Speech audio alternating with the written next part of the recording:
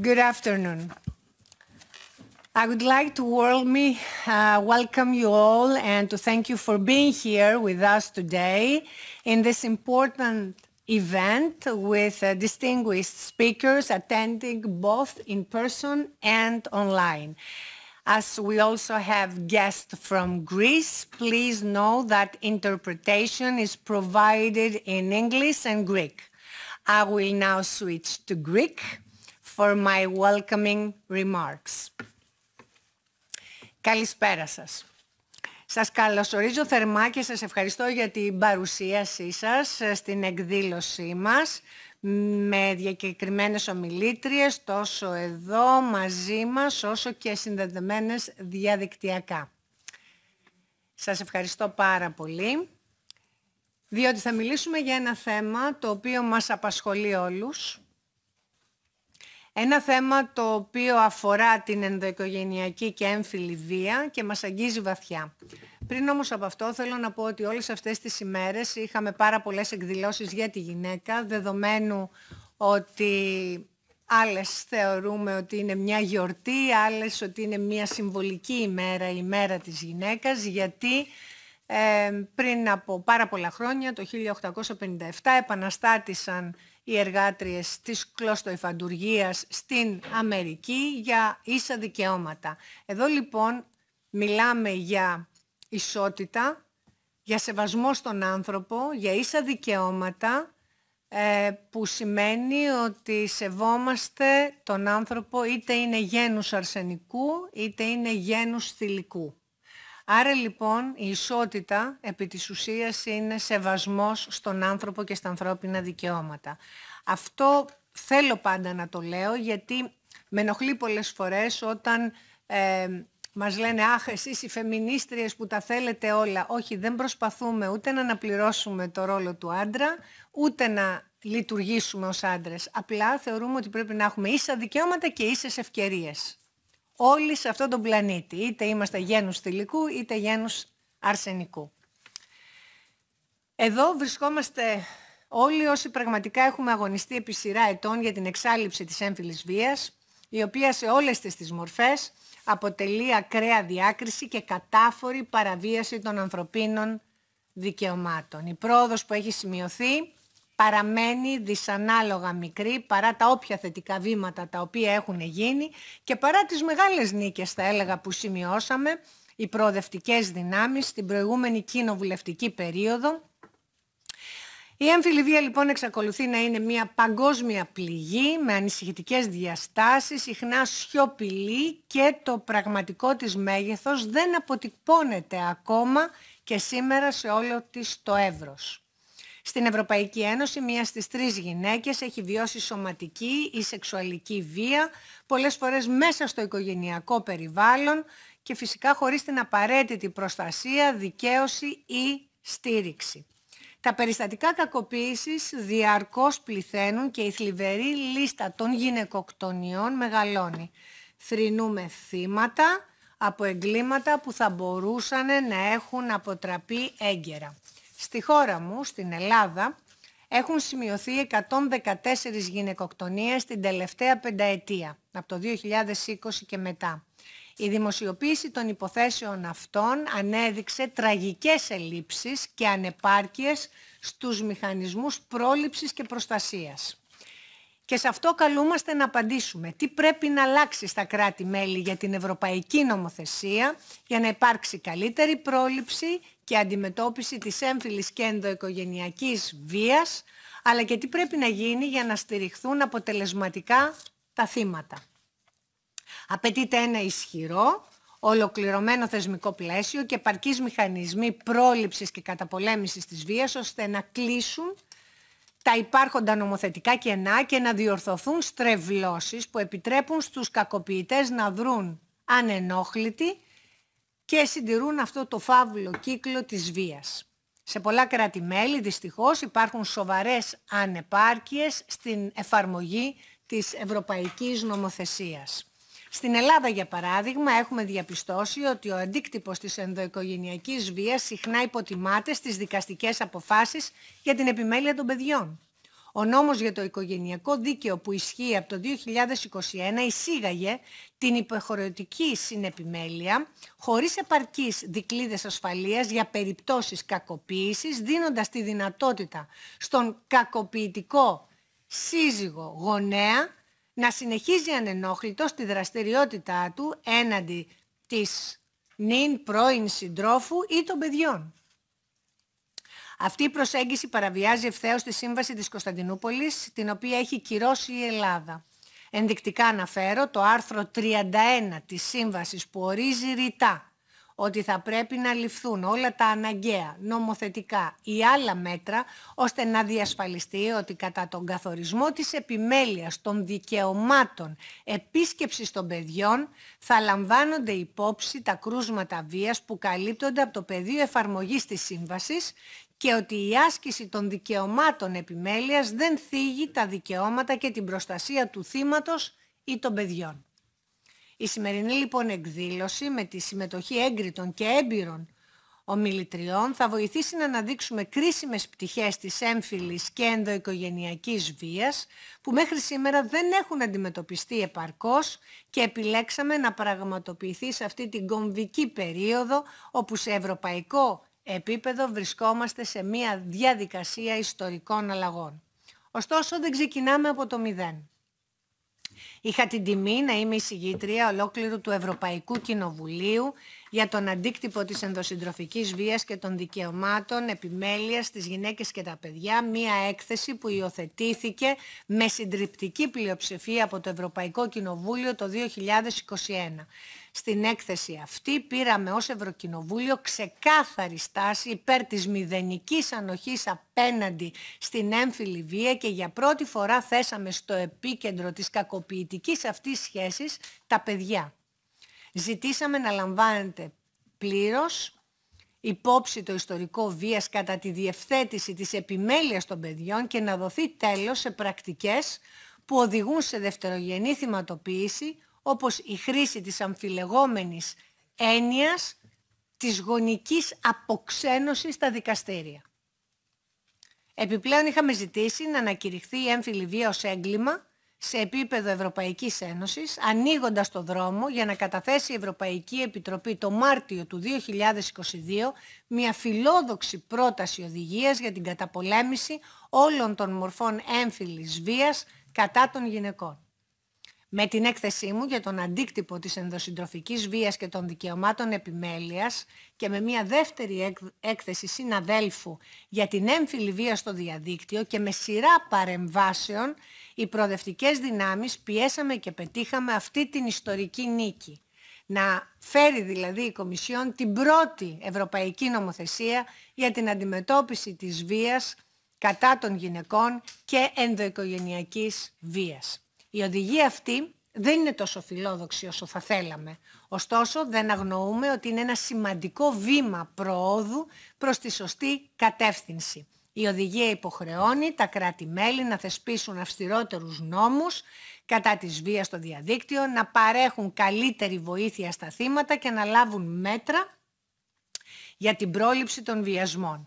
Απαγορεύει τον ακροτηριασμό των εξωτερικών γυναικείων γεννητικών οργάνων, τον καταναγκαστικό παιδικό γάμο και περιλαμβάνει ένα μεγαλύτερο κατάλογο επιβαρυντικών περιστάσεων για αδικήματα που θα πρέπει να επιφέρουν αυστηρότερες ποινές, όπως εγκλήματα κατά δημοσίων προσώπων, δημοσιογράφων ή υπερασπιστών των ανθρωπίνων δικαιωμάτων. Παράλληλα, πέρυσι καταφέραμε ένα άλλο ιστορικό επίτευγμα. Η Ευρωπαϊκή Ένωση προχώρησε επίσημα στην κύρωση της Σύμβασης της Κωνσταντινούπολης, που είναι το πρώτο νομικό δεσμευτικό κείμενο, διεθνές κείμενο, για την πρόληψη και καταπολέμηση της έμφυλης βίας. Το Ευρωκοινοβούλιο είχε πιέσει αδιάλειπτα από το 2017, ακόμα και όταν ορισμένα κράτη-μέλη δυστυχώς είχαν μπλοκάρει τη διαδικασία λόγω συντηρητικών θέσεων. Η σύμβαση όμως αυτή πλέον αποτελεί κομμάτι του κοινοτικού κεκτημένου και δεσμεύει όλα τα κράτη-μέλη ως προς την προστασία των θυμάτων και τώρα το Ευρωπαϊκό Κοινοβούλιο βρίσκεται στη διαδικασία αναθεώρησης ενός ακόμα κρίσιμου νομοθετήματος, της Οδηγίας για τα Δικαιώματα των Θυμάτων από το 2012, στην οποία είμαι εισηγήτρια της πολιτικής μου ομάδας. Η αναθεώρηση αυτή αποτελεί μια κομβική ευκαιρία για να ενισχύσουμε τα δικαιώματα, την υποστήριξη και την προστασία που παρέχονται σε όλα τα θύματα εγκληματικών ενεργειών συμπεριλαμβανομένων των θυμάτων έμφυλης και ενδοοικογενειακής βίας. Το υφιστάμενο πλαίσιο και ωφέλισε σημαντικά τα θύματα, έχει δυστυχώς παρουσιάσει πάρα πολλές αδυναμίες στην πρακτική εφαρμογή, κάποια δικαιώματα διατυπώνονται με ασάφεια, με αποτέλεσμα αποκλίνουσες και συχνά ελλειπείς πρακτικές προστασίας που εφαρμόζονται από τα κράτη-μέλη. Αυτό με τη σειρά του υπονομεύει την εμπιστοσύνη των θυμάτων στο σύστημα δικαιοσύνης. Πολλά θύματα διστάζουν να καταγγείλουν αυτά τα εγκλήματα, φοβούμενα ότι οι αρχές δεν θα ανταποκριθούν αποτελεσματικά. Στο πλαίσιο λοιπόν των διαπραγματεύσεων για τη νέα οδηγία θέτουμε συγκεκριμένες προτεραιότητες, διεκδικώντας ουσιαστικές αλλαγές υπέρ των θυμάτων. Ενδεικτικά θα αναφέρω ασφαλείς διαδικασίες καταγγελίας εγκλημάτων, αγωνιζόμαστε δηλαδή για εναλλακτικούς τρόπους καταγγελίας, όπως η δυνατότητα αναφοράς περιστατικών από τρίτους ή και ανώνυμα ακόμα, ώστε οι πλέον ευάλωτες ομάδες να μην φοβούνται να ζητήσουν βοήθεια λόγω κινδύνου απέλασης. Καθολική πρόσβαση και σε υποστήριξη και περίθαλψη. Διαπραγματευόμαστε ώστε όλα τα θύματα και ιδίως τα θύματα έμφυλης βίας να έχουν πρόσβαση σε δωρεάν ψυχολογική υποστήριξη, σε ολοκληρωμένες υπηρεσίες υγείας, και οι προοδευτικές δυνάμεις τον πιέζουμε πάρα πολύ ώστε στο κείμενο να περιλαμβάνει ότι η υποστήριξη θα καλύπτει και ολοκληρωμένη ιατρική φροντίδα συμπεριλαμβανομένης της σεξουαλικής και αναπαραγωγικής υγείας, όπως η πρόσβαση σε ασφαλή και νόμιμη άμβλωση όταν και όπου χρειάζεται. Δικαίωμα σε νομική συνδρομή. Επιμένουμε ότι τα θύματα πρέπει να έχουν πρόσβαση σε δωρεάν νομική βοήθεια προκειμένου να μπορέσουν πραγματικά να διεκδικήσουν τα δικαιώματά τους. Γνωρίζουμε ότι πολλά κράτη-μέλη είναι απρόθυμα να το αποδεχθούν γενικά και όσα κράτη-μέλη το έχουν πολλές φορές δεν λειτουργεί γιατί δεν πληρώνουν τους δικηγόρους, οπότε υπάρχει σοβαρό θέμα. Εμείς όμως θα συνεχίσουμε να πιέζουμε ώστε καμία επιζώσασα βίας να μην μένει χωρίς νομική εκπροσώπηση λόγω οικονομικών δυσκολιών. Επίσης, εκπαίδευση και κατάρτιση των επαγγελματιών. Επιδιώκουμε ισχυρότερες διατάξεις για την εκπαίδευση όλων των εμπλεκομένων, αστυνομικών, δικαστών, εισαγγελέων, κοινωνικών λειτουργών, ώστε να αντιμετωπίζουν τα θύματα με ευαισθησία και να αποφεύγεται η δευτερογενής θυματοποίηση και να μπορεί να γίνεται και κατάλληλη εκτίμηση κινδύνου. Η εκπαίδευση πρέπει να είναι τόσο γενική όσο και εξειδικευμένη, με έμφαση στη διάσταση του φύλου αλλά και στα παιδιά. Με όλες αυτές τις προσπάθειες και σε αναμονή της ψηφοφορίας επί της τελικής συμφωνίας για την αναθεώρηση της οδηγίας, θεωρώ ότι διαμορφώνουμε ένα πιο ισχυρό πλαίσιο δικαιωμάτων για τα θύματα στην Ευρωπαϊκή Ένωση.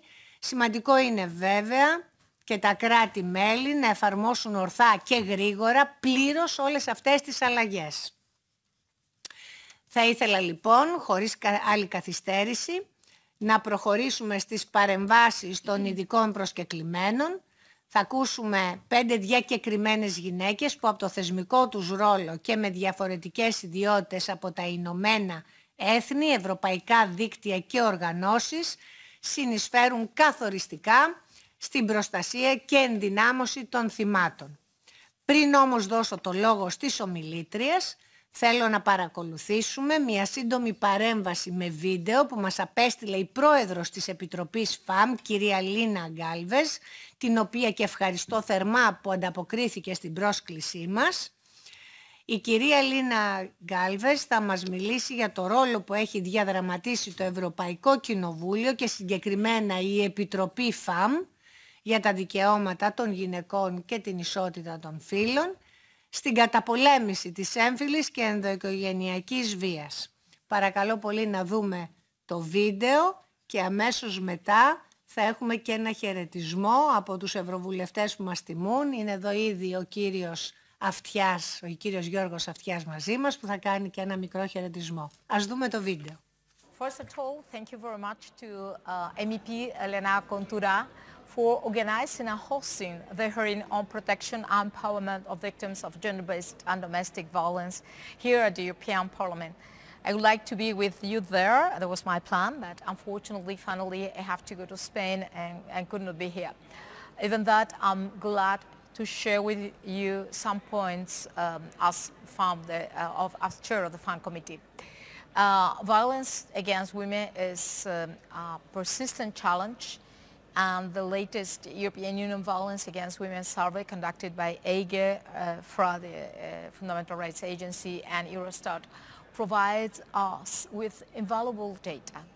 It reveals not only the prevalence of violence, but also the barriers women face in reporting these crimes and the lasting impact on their lives and that of their children, if they exist, obviously.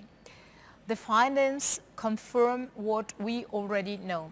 Violence against women affects all member states, all cities, and all regions, and women of all socioeconomic backgrounds. However, the possibilities of getting out and that of being protected from this violence are different, not only regarding our socioeconomic background, but also regarding different legal frameworks and resources. So the rate of violence may vary, but the need for action is clearly needed across the entire Union. No member state is immune to these terrible crimes. We must take those findings as a call for action. Together, we must intensify our efforts to prevent violence, protect victims, and hold perpetrators accountable, ensuring that no woman in Europe lives in fear. Regarding the FAN Committee, actions and priorities, the Committee on Women's Rights and Gender Equality is deeply committed to this, obviously. Let me begin with the Istanbul Convention, which remains the gold standard on the international stage for preventing and combating violence against women. The FAN Committee strongly supports the convention and calls on those member states that have not yet ratified it to do so without delay. Every day we wait is a day too many for women who need its protection. The FAN Committee is also very proud of its work on the adoption of the Directive on Combating Violence Against Women and Domestic Violence. This directive is vital to establishing robust measures for prevention, protection, and support for victims in the European Union. I want to thank everyone that advocated for the adoption of this directive. While work on this legislation has ended for now, we have to wait for its implementation.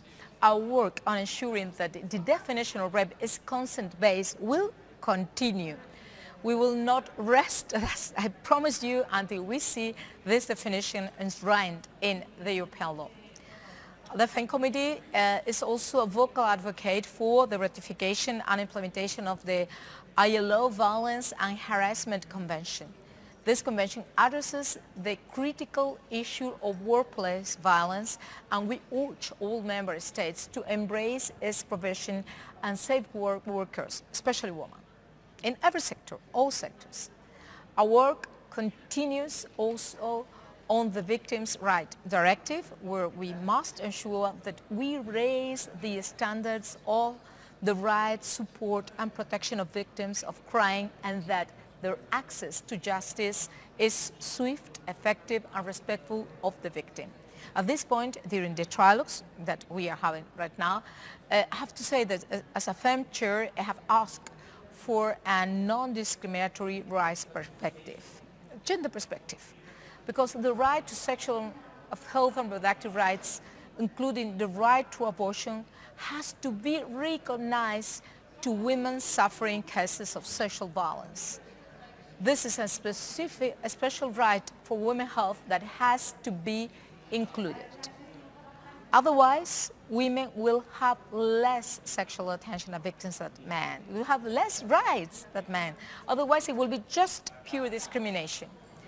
Finally, we are pushing for gender-based violence to be recognized as a Eurocrime under Article 83 of the Treaty of the Functioning of the European Union. This continues to be a very, very difficult subject in the Council, but when we will succeed, it will ensure uniform recognition and actions on gender-based violence across all member states. This protection is not just an aspiration, it is a necessity, and we will continue to fight for it. So thank you very much for inviting me. I'm sorry for not being in person. Thank you very much. Είμαι πολύ χαρούμενη που η πρόεδρος κατάφερε να μας στείλει αυτό το βίντεο, γιατί μέχρι τελευταία στιγμή ήταν να έρθει, αλλά προέκυψε ένα ταξίδι. Θέλω να δώσω το λόγο να κάνει ένα χαιρετισμό στον Ευρωβουλευτή συνάδελφο κύριο Αυτιά, ο οποίος ασχολείται πολύ με όλα τα κοινωνικά θέματα, έχει πολύ μεγάλες ευαισθησίες και επειδή το οικονομικό κομμάτι το ξέρει πολύ καλά, έχουμε ήδη συζητήσει και για αυτή τη μισθολογική ανισότητα των γυναικών και την ευάλωτη εργασία της γυναίκας, αλλά και τα θέματα άδειας μητρότητος που δεν είναι παντού, αν θέλετε σε όλες τις χώρες, το ίδιο, ανάμεσα ακόμα και σε άδειες μητρότητας στην ίδια χώρα, από τον ιδιωτικό μέχρι και τον δημόσιο τομέα. Γιώργο, έχεις το λόγο. Σε ευχαριστώ πάρα πολύ που είσαι εδώ. Dear colleagues, I will talk to Greek. Ευχαριστώ θερμά γιατί θα το πω δημόσια και θέλω να καταγραφεί. Η γυναίκα σημεοφόρος του ελληνικού τουρισμού, η κυρία Κουντουρά, εξαιρετική υπουργός, μια από τις καλύτερες στην Ευρώπη, έχει τιμήσει την Ελλάδα επανειλημμένα με πολλά βραβεία και επιτυχίες, βραβεία ζωής και πολλά για τα οποία εκτιμώ ότι τώρα δεν θέλει να τα πω.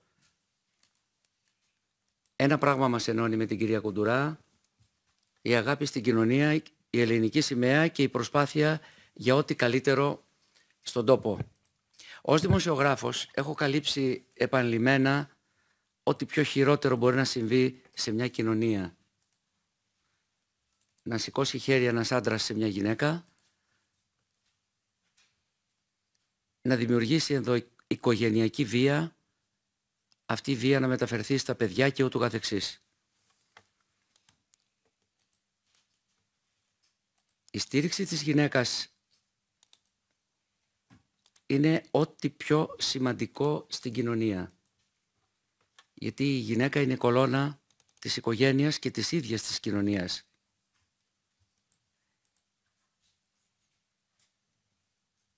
Δεν υπάρχουν υποδομές στις χώρες για τη στήριξη των γυναικών και λυπάμαι γι' αυτό.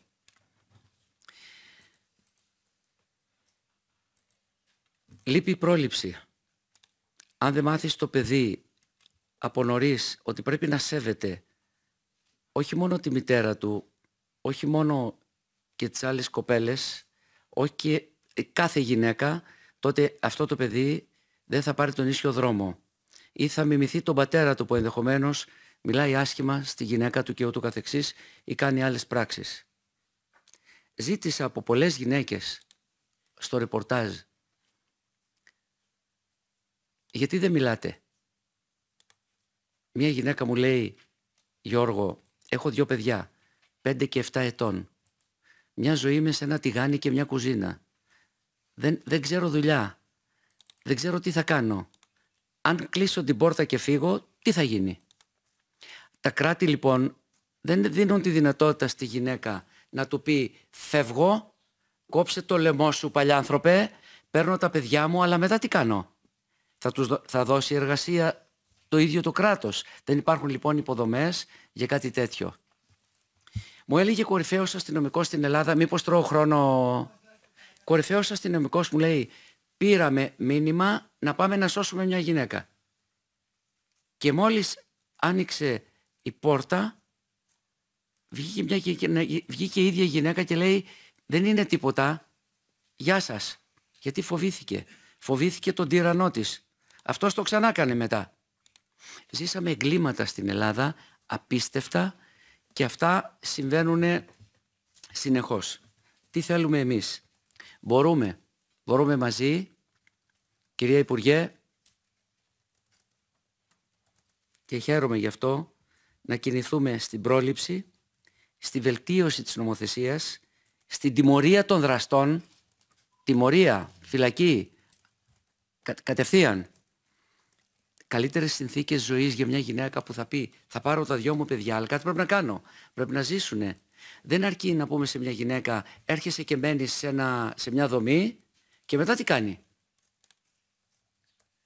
Επίσης, τα θύματα να μιλούν και βέβαια θα κλείσω με ό,τι χρειαστεί να κάνω από πλευράς μου, ισότητα μισθού σε γυναίκες και άντρες. Υπάρχει ένα 35% μικρότερου μισθού στις γυναίκες. Μα οι γυναίκες είναι πιο ικανές στους άντρες σε πάρα πολλά επαγγέλματα.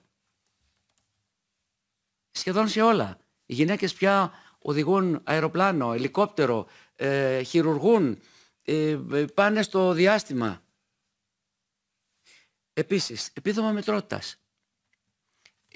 Στην πατρίδα μου, επίδομα μητρότητας, ίσο με το κατώτατο μισθό, παίρνει η γυναίκα η οποία γεννάει ή η γυναίκα η οποία υιοθετεί παιδί. Και η άνεργη γυναίκα δεν παίρνει. Που ιδίως η άνεργη γυναίκα είναι αυτή η οποία έχει ανάγκη. Τι θέλω να πω. Θα συγκρουστούμε με αρκετούς υπουργούς για να πετύχουμε πράγματα. Σας ευχαριστώ θερμά, κυρία Κουντουρά. Είναι τιμή μου το ότι μπορώ να παίρνω το λόγο έστω και για λίγα λεπτά σε αυτές τις σπουδαίες εκδηλώσεις που κάνετε, και με τη σημερινή σας εκδήλωση επαληθεύετε το ότι είστε η κορυφαία Ελληνίδα Ευρωβουλευτής στην Ευρώπη. Σας ευχαριστώ θερμά. Ναι. Ευχαριστώ πολύ, συνάδελφε, για τα καλά σου λόγια. Πληρώνει και για την ελεύθερη επαγγελματία. Έγινε αυτό για 9 μήνες. Όντως έχουμε και στην πατρίδα μας πολλές τρευλώσεις που πρέπει να διορθώσουμε. Πρόσφατα έκανα και μία ερώτηση για την αναπληρώτρια καθηγήτρια, η οποία δεν έχει τα ίδια δικαιώματα άδειας μητρότητας με τους υπόλοιπους εργαζόμενους. Θέλω να πω ότι και σε άλλες χώρες, θα μας τα πούνε και διακεκριμένες ομιλήτριες, υπάρχουν σοβαρά προβλήματα. Ευχαριστώ πολύ για την παρέμβαση και για τα καλά λόγια. Αποτελεί ιδιαίτερη τιμή και χαρά που βρίσκεται σήμερα μαζί μας στο Ευρωπαϊκό Κοινοβούλιο η ειδική εισηγήτρια των Ηνωμένων Εθνών για τη βία κατά των γυναικών και των κοριτσιών, τις αιτίες και τις συνέπειές της, η κυρία Ριμ Αλσαλέμ. Θα την καλωσορίσουμε στο Ευρωπαϊκό Κοινοβούλιο για δεύτερη φορά και να την ευχαριστήσω που αποδέχθηκε την πρόσκλησή μου. Η κυρία Αλσαλέμ είναι ανεξάρτητη διεθνής εμπειρογνώμονας, διορισμένη από το Συμβούλιο Ανθρωπίνων Δικαιωμάτων του ΟΗΕ. Ανέλαβε τη θέση αυτή το 2021 και από τότε ηγήθηκε σε έρευνες και εκθέσεις που ρίχνουν φως στις πλέον σκοτεινές πλευρές της έμφυλης βίας παγκοσμίως. Η κυρία Αλσαλέμ έχει το λόγο, την ευχαριστούμε θερμά που είναι μαζί μας. 15 λεπτά online, αν είμαστε έτοιμοι να συνδεθούμε. I am online. Can you hear me? Yes, we can hear you. Thank you so much for being here with us. You have 15 minutes. Thank you very much. Good afternoon to everyone. I'm very pleased to be here with you. First of all, I would like to thank MEP Kontura and the Parliament actually for organizing this important discussion and also for inviting me to be part of it. I would like to address the issue of the ongoing reforms of the EU Victims' Rights Directive and the way we can also strengthen the protection for women and children that are victims of domestic violence, particularly those that take place in the context of custody battles. As some of you may know, in June 2023, I actually presented a report on custody and violence against women and children to the Human Rights Council. So in making my recommendations, I will build on some of the key findings and recommendations that I made in the 2023 report. Of course, I'm very much appreciative of the ongoing efforts to reform the EU Victims' Rights Directive, particularly the intention to expand standards for victim protection and also to make them more precise. So what I'm going to do next is actually share with you 10 recommendations for consideration when you continue with the efforts to reform the EU Victims' Rights Directive. These 10 recommendations align with the EU priorities on gender equality and child protection and are, of course, consistent with the provisions of the Istanbul Convention. So I would say recommendation number 1 is to mandate gender and child-sensitive risk assessments in custody cases. So I believe it would be pertinent to amend the EU Victim Directive to require mandatory standardized risk assessments in all cases involving domestic violence, explicitly tailored to mothers and children, and applied before any custody or visitation decisions. These assessments should evaluate the risks of further physical, psychological, or coercive harm using evidence-based tools that account for abusive history, threats, and manipulative behaviors. The rationale behind this recommendation is that custody disputes often become a continuation of domestic abuse, with perpetrators, usually the fathers, exploiting parental rights to maintain control. Without systematic risk evaluations, courts therefore may grant access to abusers and endanger mothers via co-parenting interactions. They may also endanger children if they send them back to their abusers, or if the children continue to be direct witnesses to violence inflicted on them or on their mothers.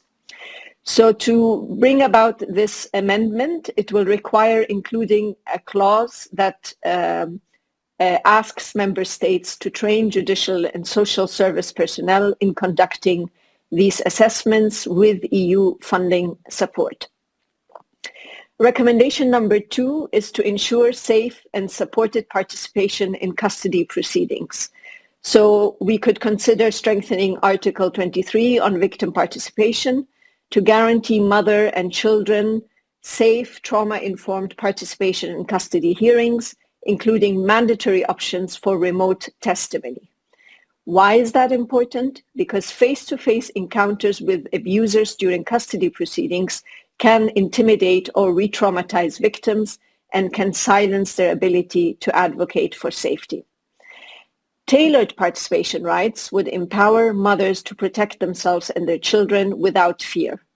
So here we may want to add a provision to amend the directive ensuring free legal representation for mothers in these cases, funded through national budgets or EU victim support. My third recommendation would be to guarantee long-term trauma-informed support services through the directive. This would take place through the expansion of Article 9 on support services to provide mothers and children with free long-term psychological support and practical assistance. Domestic violence and custody battles, we know, inflict prolonged trauma, particularly on children who suffer development harms, but also on the women. So long-term support would help mothers rebuild stability and protect children from lasting effects and address a gap in the current proposal's scope. This will, however, require member states to establish dedicated domestic violence support units with EU oversight to ensure accessibility and quality. Recommendation number 4 would be to prohibit custody or unsupervised visitation for abusive parents. So here we might need to introduce a new article or amend Article 20 on protection to explicitly prohibit courts from granting custody or unsupervised visitation to parents with a documented history of domestic violence, unless rigorous evidence proves no ongoing risk to the mother or the child. And this, as we know, aligns with the Istanbul Convention's principles. This is something I've mentioned in my report to the Human Rights Council in June 2023, where I said that abusers frequently use custody as a tool for post-separation control or punishment, which endangers the victim. So a clear legal presumption against abusive parents would prioritize safety over parental equality, preventing harmful rulings. And here, again, we will need to provide guidelines to courts to recognize coercive control, psychological violence, including, things like stalking, financial abuse, so economic violence, as disqualifying factors with regular EU-level report on compliance. My fifth recommendation would be to require specialized training for custody decision makers. So here I would recommend adding a provision mandating comprehensive mandatory training for judges, lawyers, social workers, and child welfare officers involved in custody cases, focusing on domestic violence dynamics, trauma effects on mothers and children, and coercive control recognition.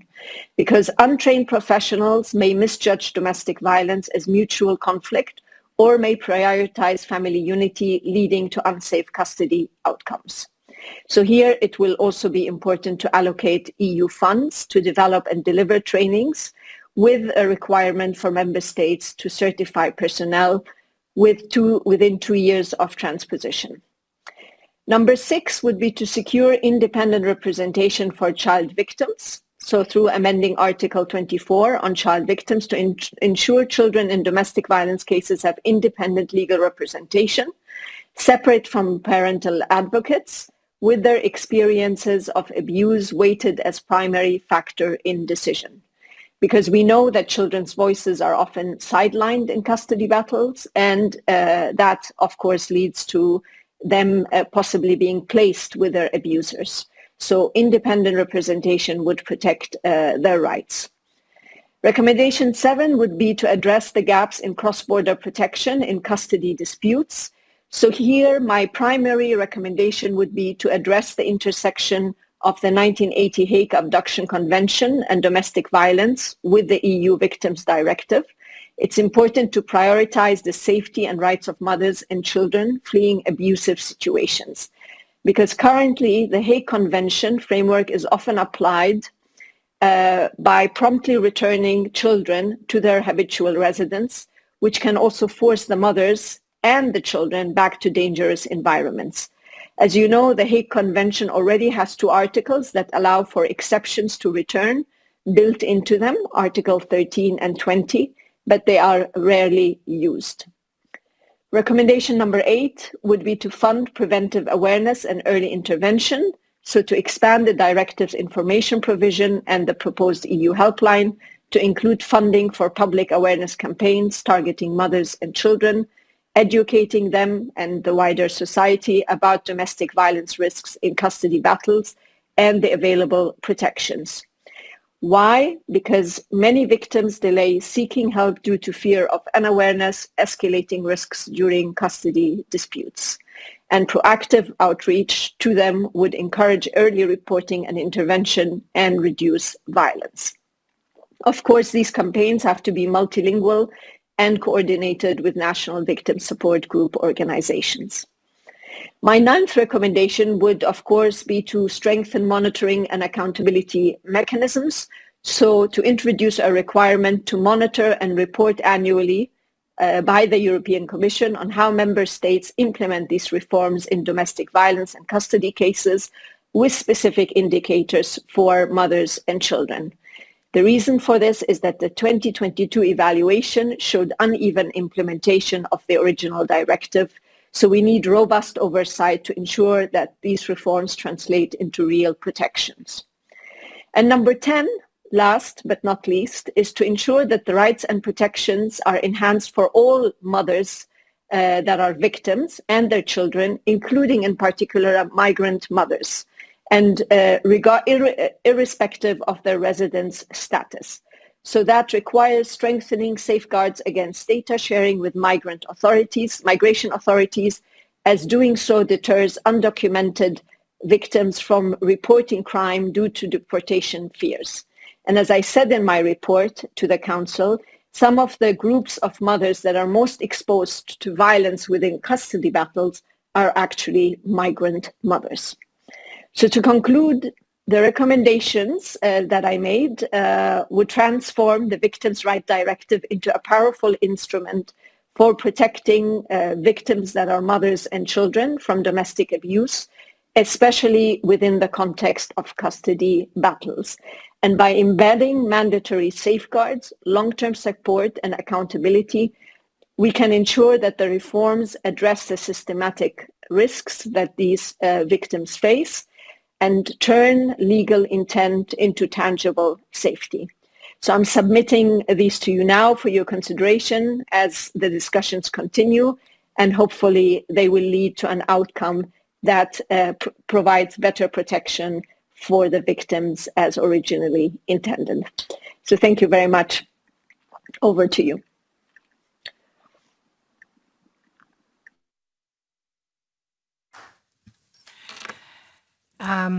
Να ευχαριστήσω θερμά την κυρία Αλσαλέμ που ήταν κοντά μας. Θέλω να σας πω ότι έχουμε μία εξαιρετική συνάδελφο κοντά μας, τη Μαρία Γκουζενίνα, η οποία αγωνίζεται για τα ανθρώπινα δικαιώματα πάρα πολλά χρόνια. Είναι Φιλανδή, βουλευτής, υπήρξε Υπουργός Υγείας και Κοινωνικών Υποθέσεων και είναι σήμερα στην Επιτροπή ΦΑΜ μαζί μας.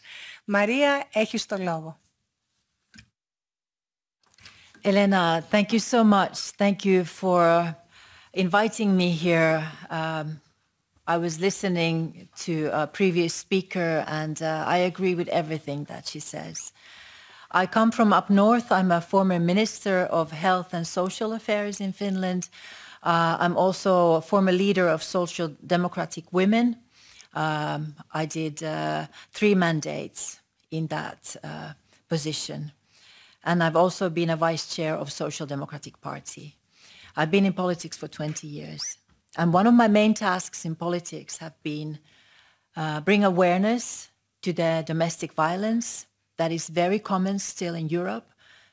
But coming from Finland, I have to say I'm very ashamed of my country. I'm very ashamed of the fact that Finland is still tackling with this issue. We are the most violent country for women in the whole of Europe. So over half of women have experienced physical violence, sexual violence or threats. Crisis intervention organizations right now by the government at the moment in Finland, which is center-right government, they are making cuts to all those achievements that we have tried to make over the years. For example, Istanbul Treaty, to have enough shelter homes for those women that face threat at home, that do not get the support, have no place to go. They are cutting on funding of safe houses. At times like this, pension poverty is a fact in a country that we Finns call a welfare country. Women at the pension age, they drop below the poverty line, and those women that face domestic violence in their older age, which is very common, they are completely alone in this world.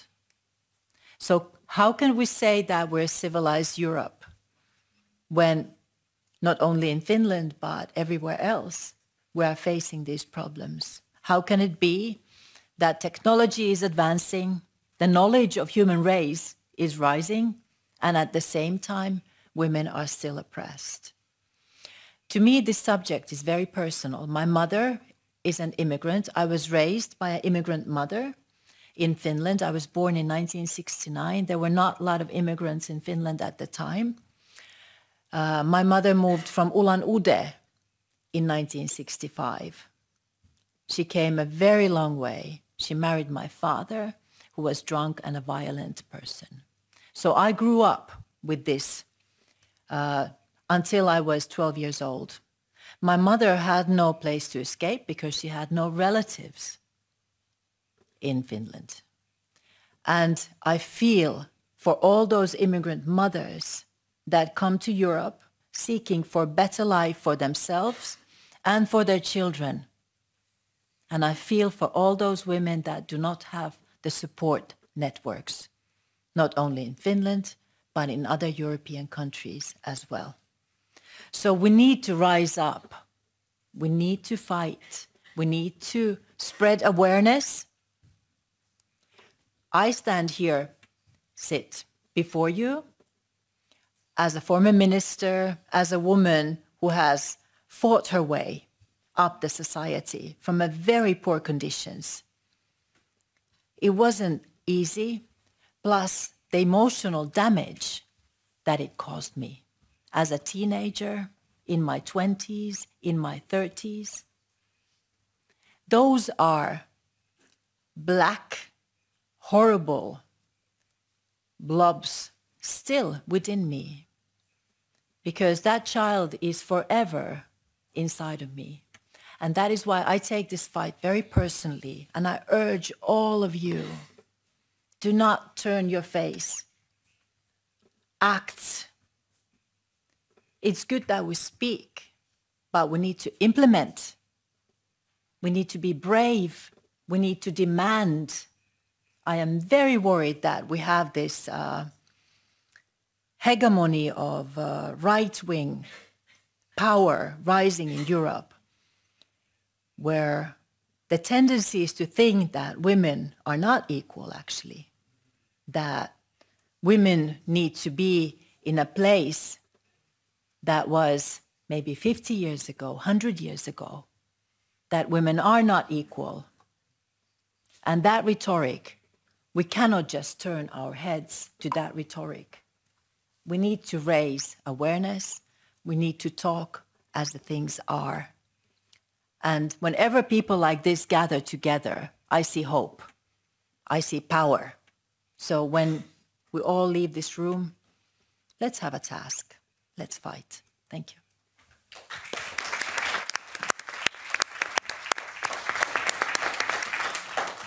Thank you so much, Maria, for being here with us. Θέλω να συνεχίσουμε με την επόμενη ομιλήτριά μας, που είναι η Καρλίν Σίλε, Διευθύντρια του Ευρωπαϊκού Ινστιτούτου Ισότητας των Φύλων EIGE. Το EIGE αποτελεί το επίσημο θεσμικό όργανο της Ευρωπαϊκής Ένωσης που συλλέγει και αναλύει δεδομένα για την ισότητα των φύλων, προσφέροντας εργαλεία και τεκμηρίωση σε όλα τα κράτη-μέλη για τη χάραξη αποτελεσματικών πολιτικών. Η κυρία Σίλε θα μας παρουσιάσει κρίσιμα στοιχεία σχετικά με την έκταση της έμφυλης βίας και ενδοοικογενειακής βίας στην Ευρωπαϊκή Ένωση, τα προβλήματα που δημιουργεί η έλλειψη εναρμονισμένων δεδομένων και θα προτείνει επίσης λύσεις που μπορούν να συμβάλλουν σε στοχευμένες παρεμβάσεις και καλύτερη προστασία των θυμάτων.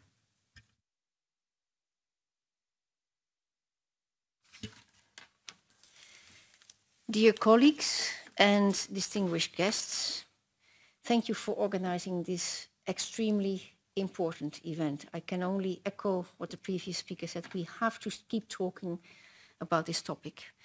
And I'm grateful to be among powerful actors who use their expertise and energy to tackle gender-based and domestic violence.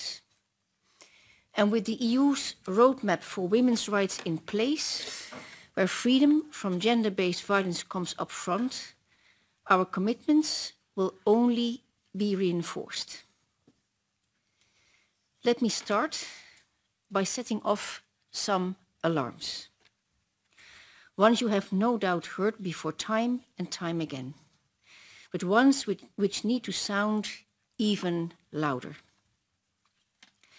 1 in 3 women in the EU experience physical and or sexual violence. Just, I'm sorry. Έχουμε πρόβλημα με τη μετάφραση. Ναι. Just a second, because there is an issue, technical issue with the interpretation. Now it's okay, so let's go from the beginning. I start from the beginning. Where from the beginning. Yeah, okay. Well, I won't read everything again, but just to say that I have big hopes with the EU roadmap for women's rights, because it puts emphasis on violence against women and domestic violence. And I wanted to start off by giving some alarming data to you that I think we should keep repeating to wake up those who don't listen so far. So let's move to the second slide, and let me give you some data. 1 in 3 women in the EU experience physical and or sexual violence. 1 in 5 women who experienced violence contact a healthcare service or social service provider following the incident. 1 in 8 women report experiences of violence to the police. As you may have noticed, the data I listed is in such a stark descending order, which frankly is out of order and needs urgent attention. Just last month, my agency published the Gender Equality Index thematic focus on tackling violence against women and tackling gender inequalities. In this report, we unpacked the extent of violence against women in the EU, the different forms, the societal attitudes that correlate to the prevalence of violence against women, and the legal frameworks in place to tackle violence against women. And here we have a dedicated section on the state of specialized support services.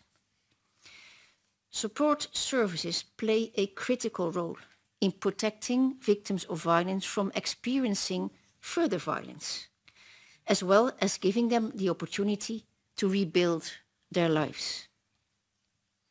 As you know, support services run the gamut of specialisms, from national helplines to women's centers to women's shelters. While we know all member states provide specialized support services, national realities vary greatly in the provision of services and compliance with the standards set by the Istanbul Convention. And here is another alarm, because there is only 1 shelter bed available per roughly 16,000 people across the EU, according to WAVE data in 2022. Based on that, the EU is below the recommendations set by the Istanbul Convention. The minimum standard by the Council of Europe Convention is 1 shelter bed per 10,000 people.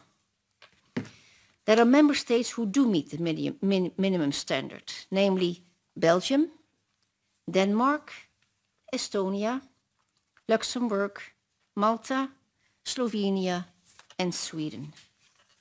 But other member states fail to measure up on providing shelter beds. It is estimated that at EU level, 39% of shelter beds are missing, according to WAVE data. And we have to remember that a bed in a shelter is not just a bed in a shelter for a victim of violence. It can be the entry point for restoring their physical, mental, and economic well-being. It will come as no surprise to you that the cost of living crisis and the COVID-19 pandemic added to long-standing systemic challenges, impacting the effectiveness and accessibility of specialized support services. Overwhelming demands for services already under pressure. Inflation rates rising dramatically. Resource shortages. Cuts to funding. Open pushback to women's rights and gender equality. And the deprioritization of gender-based violence in national political agendas. All these factors lead to unsettling fluctuations in support services. For victims of violence, who face all kinds of uncertainty, we need to give them hope for the future, which is why strengthening support for victims is an imperative. They're not just a safety net, they can be a lifeline. From a life-threatening situation to a new beginning. Another dimension we need to talk about are damaging societal attitudes towards violence against women. In our report, we conducted a correlation analysis between the Commission's Eurobarometer on gender stereotypes and the levels of violence against women and gender equality. Reassuringly, we see a negative correlation. Where there are high levels of gender equality, there are low tolerances for violence against women. But there are shocking outliers that you see on the next slide. For example, the questions, and listen carefully, to what extent do you agree with the statement that if women share their opinion on social media, they should accept that they elicit sexist, demeaning, and/or abusive replies? And another question, what do you think about a man controlling his wife's or partner's finances?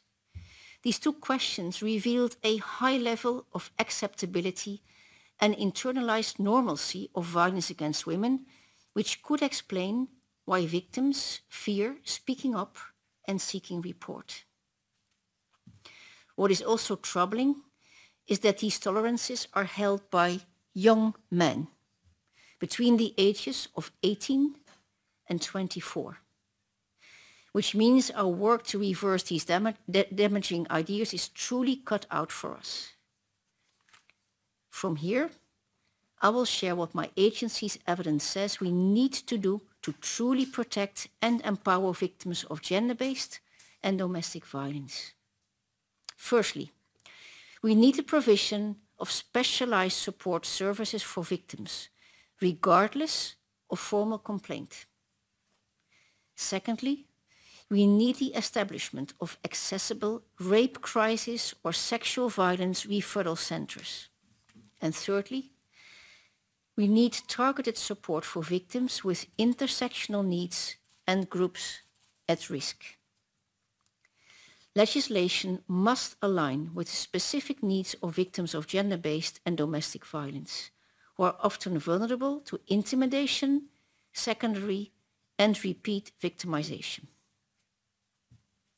We are fortunate enough to have such a range of comprehensive directives adopted during the previous mandate to ensure victims' rights and protection.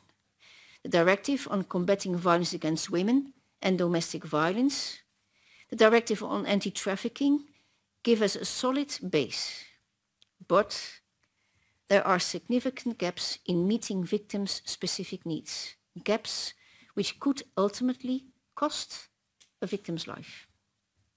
Recently, my agency joined forces with Eurojust in a project on the European Protection Order to advance and improve cross-border protection for women. This is one of the key legal instruments to empower victims of gender-based violence and domestic violence. It acts as an instrument for mutual recognition of national protection measures between different EU member states, allowing victims to relocate without losing their protection from aggressors, thus contributing to victims' full access and enjoyment of rights to move freely. The project revealed the untapped potential of this measure, and EIGE is now working to raise awareness of this instrument amongst practitioners from judiciary, support services, and the victims themselves. We're also advocating for robust data collection and reporting, and thankfully, the Directive on Combating Violence Against Women and Domestic Violence has recognized this as a matter of urgent priority. Because right now, what we have in terms of available and comparable data reveals only the tip of the iceberg.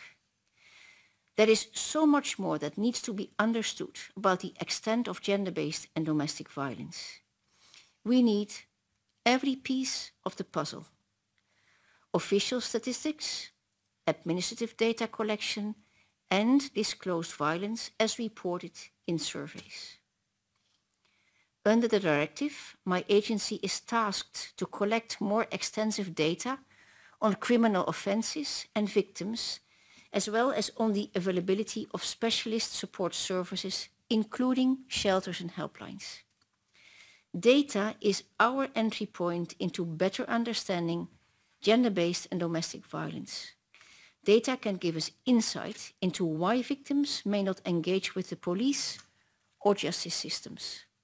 It can also highlight unreported cases, barriers to seeking formal justice, and the critical role of support networks. Member state institutions need to take greater accountability for empowering women to get legal protection and support and for making perpetrators accountable. Our administrative data collection shows that only 9 member states can provide justice data on the perpetrators. Imagine, only 9. Accountability is how we are going to challenge societal norms that tolerate violence. Dear colleagues, I will bring this to a close by sounding the alarm once more. 1 in 3 women in the EU experience physical and/or sexual violence. 1 in 5 women who experience violence contact a healthcare service or social service provider following the incident. 1 in 8 women report experiences of violence to the police. This data is enough to tell us that something must be done urgently. This is a crisis, and the time to tackle this crisis is now. Thank you.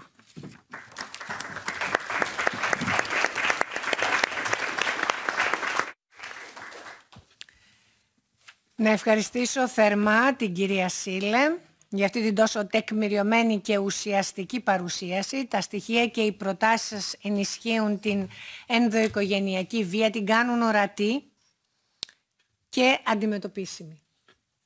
Η επόμενη ομιλήτριά μας είναι διαδικτυακά η κυρία Σουζάνα Παύλου, πρόεδρος του Διοικητικού Συμβουλίου του δικτύου WAVE, Women Against Violence Europe. Το WAVE είναι ένα πανευρωπαϊκό δίκτυο οργανώσεων που μάχονται κατά της βίας σε βάρος των γυναικών. Συγκροτήθηκε το 1944 και σήμερα ενώνει περισσότερους από 150 φορείς και ΜΚΟ σε 46 ευρωπαϊκές χώρες, συμπεριλαμβανομένων όλων των κρατών μελών της Ευρωπαϊκής Ένωσης. Η κυρία Παύλου από την Κύπρο έχει πολυετή εμπειρία στο χώρο των γυναικείων δικαιωμάτων και συντονίζει τις δράσεις του WAVE προς ένα κοινό στόχο, καμία γυναίκα μόνη απέναντι στη βία. Εάν έχουμε την κυρία Παύλου να συνδεθούμε.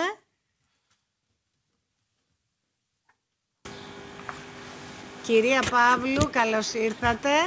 Έχετε 15 λεπτά στη διάθεσή σας. Σας ευχαριστώ θερμά, κυρία Κουντουρά. Thank you to MEP Elena Kundura, not only inviting me here as WAVE President to this important event, but for your continued support and efforts to eradicate all forms of violence against women and domestic violence. And also thank you also to the previous speakers that forced me to make some additions and changes to my intervention as I was listening to your the important points and recommendations that you made. I would like to make an intervention that really puts a lot of what was already said by the esteemed speakers in the context of what women's specialist services, women's organizations across Europe are currently facing. So across Europe and beyond, I would say, the progress achieved over decades of feminist struggle to secure women's rights is jeopardized, and we've already highlighted this countless times already this afternoon. With organizations that promote gender equality facing an alarming backlash. Women's specialist services, and these include feminist services that support women and their children experiencing gender-based violence, including but not limited to women's support centers, shelters, helplines, rape crisis, sexual violence referral centers, and primary prevention services. These are the backbone of the women's movement working to eradicate violence against women in Europe. And we are feeling increasing strain, to put it lightly. funding cuts, restrictive policies, including policies around foreign agent laws, increasingly restrictive NGO laws that are limiting our capacity to operate, to do our advocacy work. And the erosion of legal protections are not only threatening the sustainability of these services, but also jeopardizing the safety, support, and justice that survivors need, deserve, and rely on. At the same time, those working to end violence face growing hostility, making our work more precarious than ever. This rollback on women's rights is not just an attack on gender equality. It is a fundamental setback for democracy and society as a whole. Political extremism, disinformation, economic stability, armed conflict are further amplifying these challenges, obstructing efforts to prevent and combat violence against women effectively. As we have already heard, we've heard the data from Ms. Caroline from EIGE that really should be, the alarm bells should be going, should be ringing across Europe. The backlash against women's rights is not solely the work of far-right or the anti-gender movement, but involves, I would say, a broader political shift that gradually reframes the women's rights agenda. In the context of violence against women, this backlash has manifested as the erosion of gender-specific approaches in favor of so-called, what we call gender-neutral policies or gender-blind policies. Gender neutrality is based on the premise that violence affects both men and women equally, obscuring the disproportionate impact of male violence against women and the structural nature of gender inequality. This shift has had tangible consequences.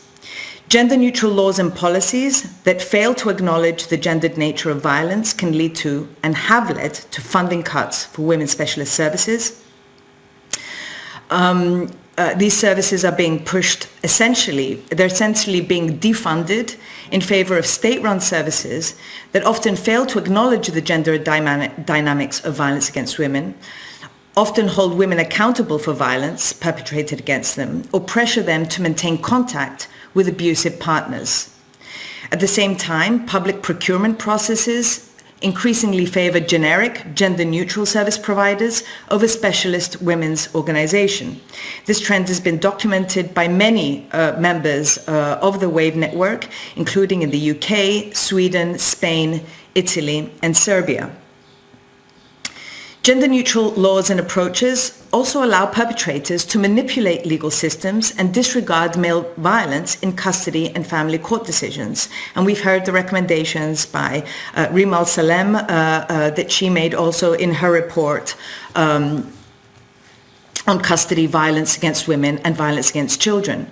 Countries across Europe have adopted such laws and practices, including in Cyprus, if I may talk about my own country, where current amendments to the Parents and Children Relations Law that are being discussed in the Cyprus Parliament are embedding parental alienation and related concepts, as well as other provisions such as are extremely dangerous, such as supervised visitation and communication rights for perpetrators without a rigorous risk assessment mechanism that was mentioned in Ms. Al-Salam's recommendations, even when victims have protection orders in place, or as is currently the practice, while they are living in shelters with their children, providing a carte blanche for perpetrators to continue their coercive and controlling behavior. This not only violates Article 31 of the Istanbul Convention, the European Parliament resolution on the impact of intimate partner violence and custody rights on women and children, but also fails to take into account the findings and recommendation of the Special Rapporteur on Violence Against Women. These trends have not only been reported by our members across Europe, but have also been highlighted repeatedly by Grevio, the monitoring body for the Istanbul Convention, in their baseline evaluation reports, noting significant policy shifts toward gender neutrality in countries such as Finland, Denmark, Belgium, the Netherlands, among others, negatively impacting women's specialist services, but also the women that rely on these services. So these developments are not only eroding decades of hard-won achievements of the women's rights movement, but it's also eroding our very capacity to fight back in this current situation. So how is the European Union responding to this, and what is our response to current European Union developments in this area? The European Commission recently published its roadmap for women's rights, outlining its vision for gender equality in Europe and serving as a framework for internal EU policy and shaping the post-2025 gender equality strategy. While it sets out 8 long-term objectives, including, and we welcome this, freedom from gender-based violence and violence against women, in our view, it lacks concrete objectives, time-bound measures, and ambitious legislative proposals to dismantle those structural inequalities, such as entrenched gender stereotypes and discriminatory norms, and risks becoming a symbolic document rather than a vehicle for meaningful change. A fundamental shortcoming of the roadmap, in our view, is its framing of freedom from gender-based violence under the right to security, with only a secondary reference to dignity. This reductionist approach undermines the EU Charter of Fundamental Rights by treating violence against women as an isolated crime rather than a structural injustice rooted in systemic inequalities between women and men. It also neglects the specific challenges faced by vulnerable groups, including migrant and undocumented women, women with disabilities, and rural women. It also fails to explicitly commit to safeguarding feminist civil society and ensuring sustainable, long-term funding for women's rights organizations across Europe. And we hope that in the post-2025 gender equality strategy, some of these notable gaps will be bridged. The issue of funding, which has also been mentioned by previous speakers, but is felt extremely acutely by WAVE and its members, is, as I mentioned above, a critical issue, particularly currently, where many of our members have had their funding frozen as a consequence of USAID funding cuts that have had tangible impacts, such as staff being laid off, an inability to cover operating costs, and, as I said before, an inability to respond to the current climate and challenges. And I want also here to mention the European Union's Daphne program, the Daphne funding program, which is the main financial instrument to prevent and combat violence against women and domestic violence, because we're also observing with concern the current trends around the Daphne program. The Daphne program has been a lifeline over the last 2 decades, I'd say, for women's specialist services, allowing us to build capacity, to innovate, to collect data, to support the establishment of services, risk assessment mechanisms, and so much more. But the last call for proposals in 2024, out of 500 applications, 22 proposals were funding, very few of which were projects being run by women's specialist services, by those very organizations that are at the front line of preventing and combating violence against women. And what we find in the current call for proposals is that, again, it is prioritizing state provision of services, reinforcing a model, again, that marginalizes women's specialist services. And I'll explain.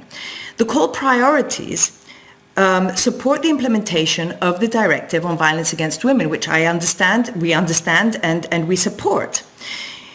But it effectively obliges women's specialist services, women's organizations, to collaborate with state authorities to implement its state obligations around the Violence Against Women Directive and divert our own resources and attention towards ensuring that states meet these obligations rather than directly providing a lifeline for the work that we are doing in supporting women victims and survivors. And one approach is the one-stop shop approach which is exemplified also as in the directive, which we express concerns about, but also in this current call for proposals. And it's something I want to highlight because in the current revision of the Victims' Rights Directive, it is something that we want to warn against. We have raised concerns about the risks inherent in the one-stop shop model. Such models may risk pushing women and girls to engage with specific service providers at a pace that does not align with their needs or capacity for a stabilization after trauma. A victim-centered approach must balance respect for the agency of survivors with timely and effective service provision and not be pressured, and survivors should not be pressured into engaging with law enforcement or the criminal justice system if they are not ready. And likewise, specialist support services should not be contingent on engagement with legal provisions. We have consistently called on the European Commission and the EU Parliament to build on the expertise, the existing expertise and network of women's specialist services, which are deeply embedded in communities and provide low-threshold, survivor-centered support. Rather than imposing a rigid, institutionalized service model, women's specialist services should be recognized as de facto one-stop shop centers, ensuring that women receive coordinated, tailored support at their own pace. So to conclude, at a time when women's rights are under increasing threat, policies must be bold, intersectional and rooted in feminist expertise. And we call on the European Union and its institutions, including with the revision of the Victims' Rights Directive, to reaffirm the importance of women's specialist services and feminist services as the primary provider of support to survivors, ensuring their long-term sustainability and preventing the replacement of their expertise with generic and state-led services. To revise the approach of the one-stop shop centers, ensuring that specialist services are not sidelined or absorbed into state structures that fail to meet the diverse needs of women and girls. Finally, we call on the European Union to reject gender-neutral policies that obscure the reality of male violence against women and redirect resources away from gender-specific interventions. WAVE stands with women, and we will not stop until gender equality is a reality for all. Thank you very much.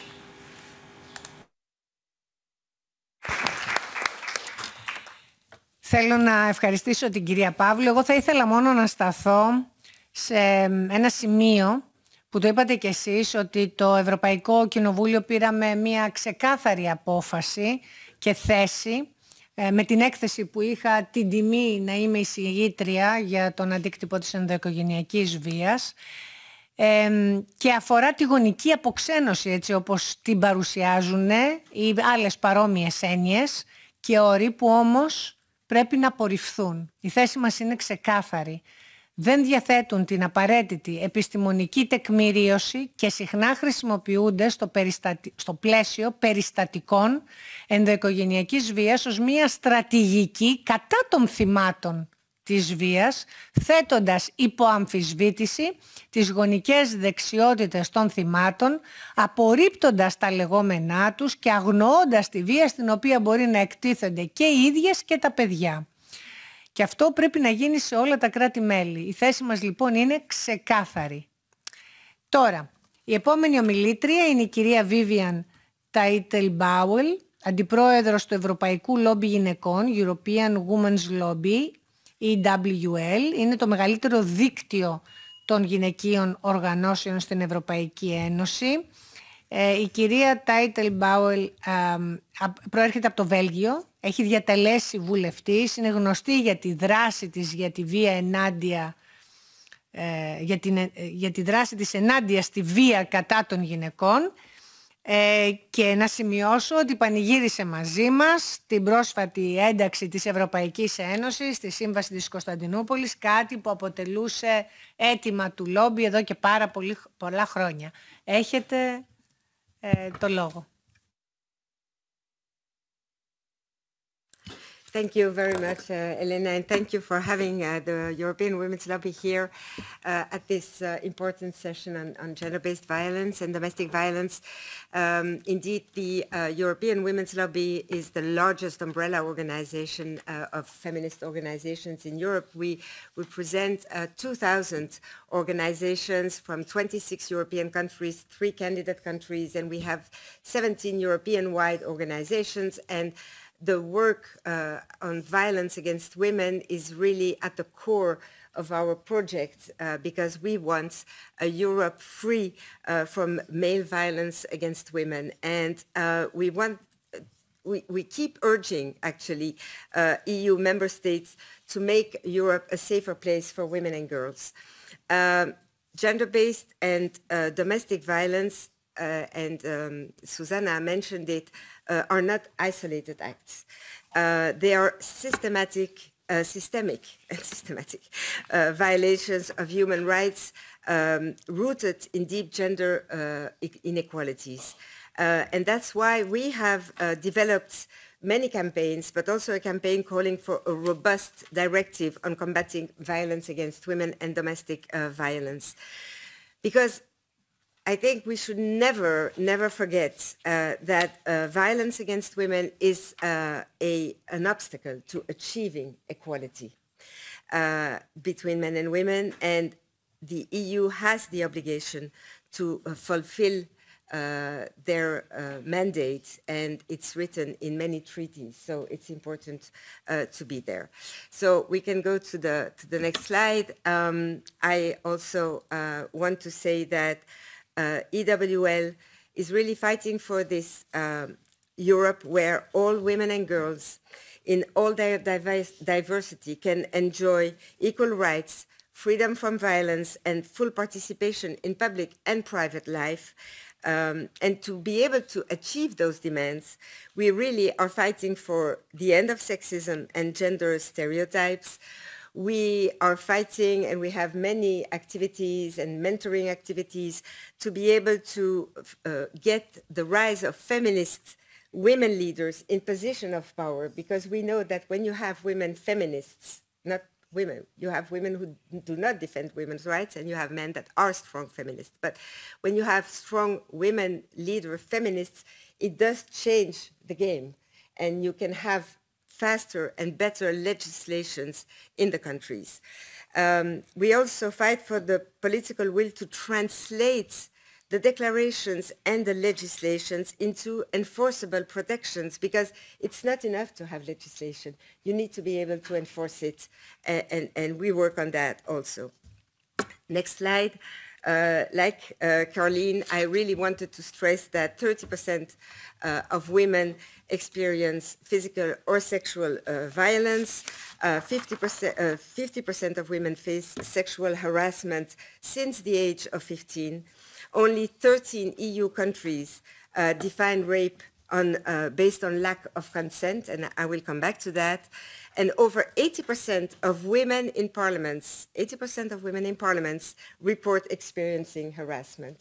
So violence against women and girls remains the most widespread and under-prosecuted human rights violation in Europe today. Rape is one of the more pervasive and brutal forms of violence against women and girls, and from all the incidents on violent sexual crimes recorded by Eurostat, more than 90% of the victims are women, and over 99% of the convicted persons are men. So there can be no real equality, there can be no real peace or security as long as women fear for their lives at home, at work, or in public spaces. Next slide, we can see that member states have until June 2027 to implement the directive, providing a clear time frame for action. So this is why we need advocacy to implement the best and the strongest directive. The EU, and you said it, has ratified the Istanbul Convention, so EWL, we ask to appoint a EU coordinator to end violence against women and girls, to align, who ensures a coherence in the implementation of the different legislative instruments that exist. EWL insists on an ambitious, gender-sensitive implementation aligned with the Istanbul Convention, now ratified by the EU, and the Grevio recommendations. We need to have women's organizations as key stakeholders and not observers. We must be an integrated part of the implementation of the directive. Women's organizations need to be taken into account, which means, for instance, domestic violence be officially recognized as gender-based violence. Next slide. The directive already includes the provisions for future extensions, particularly in the area of sexual harassment on Article 45. So at the EWL, we advocate for the directive to be expanded and to cover. We have 4 or 5 points. 1, a strong consent-based legal definition of rape. We want a model focusing on yes means yes and not no means no. No means no approach still places the burden on the victim to demonstrate that they resisted verbally or otherwise to saying no, while the affirmative approach is recognized to be the best model to protect victims of rape and the principles of sexual autonomy and bodily integrity. But 11 EU member states still retain definitions on rape based on resistance to force or as a threat to main elements of the crime. So legislation based on the use of force does not offer adequate support to victims, as the burden of proof is high on the victim to prove physical resistance and can also result in secondary victimization. And Rim Amsalem mentioned in the past, crimes of sexual violence do not happen in isolation. Rape is rooted in deep patriarchal beliefs, entitlement, power, and male domination, all of which foster an environment in which it is rampant and normalized. So crimes do not happen in isolation. Not only they lie on a continuum of violence, of men's violence against women, ultimately connected with minor or more grave forms of violence. They must be viewed within a larger context of the sexual stereotypes, objectification of women and girls, and sexual and reproductive exploitation of women. So therefore, we also need to include a precise and forcible definition of sexual harassment, especially in workplaces. We need the recognition of forced sterilization as a serious violation of bodily autonomy. We need the inclusion of sexual exploitation and prostitution, including pimping and the purchase of sex. At EWL, we consider that within the context of prostitution, consent is not possible, as there isn't an equal sexual relationship between two equally positioned people. We must also keep in mind that while not everyone working in prostitution has been trafficked, almost all trafficked women are being exploited in prostitution. So sexual exploitation disproportionately affects women and girls, prevents true equality. In Europe, I just want to remind you of that, 90% of prostituted people are women and girls, and 75% of these prostituted girls and women are between 13 and 25 years old. So migrant women also make up an average of 84% of prostituted women in the EU. That's why EWL supports the equality model. And I wanted to add this today because it's important. It supports freedom of choice. It supports people who do not want to enter prostitution. It enables freedom from slavery. It empowers victims from trafficking and coercion to escape. It enables freedom from exploitation and culture of commodification and objectification of women's bodies, and it supports full and free consent. It supports an individual continuous control and power to refuse sex. The last point I wanted to mention in this is we also want reproductive exploitation, including surrogacy, which are both violence against women, to be included. By reproductive exploitation, we refer to prohibition of abortion, forced pregnancy, surrogacy. All these practices lock women into the role of producers for others to the detriment of their health and human rights, and therefore they have to be included in many instruments dealing with violence against women. Last slide. To conclude, I really want to say that 1 in 3 women is too many. The European Commission strategy includes an initiative to extend the areas of crime harmonizations to specific forms of gender-based violence. Therefore, we ask for violence against women and girls, which means gender-based violence, including feminicide, to be added to the list of Eurocrimes. Only a feminist approach can fully address and prevent violence against women. This is also what Susanna was just saying. And this means treating violence against women not only as a social issue, but as a structural injustice, ensuring that laws are not just adopted, but enforced. It's what I said in the beginning, enforced with the full inclusions of women's organizations and survivor voices. We need increased funding and training for frontline professions. We need clear and gender-sensitive procedure to prevent re-traumatization of victims, to guarantee rapid protection and support, and we need to tackle root causes of violence, including cultural and institutional sexism. This is, in a nutshell, what we are fighting for at EWL. Thank you, Elena.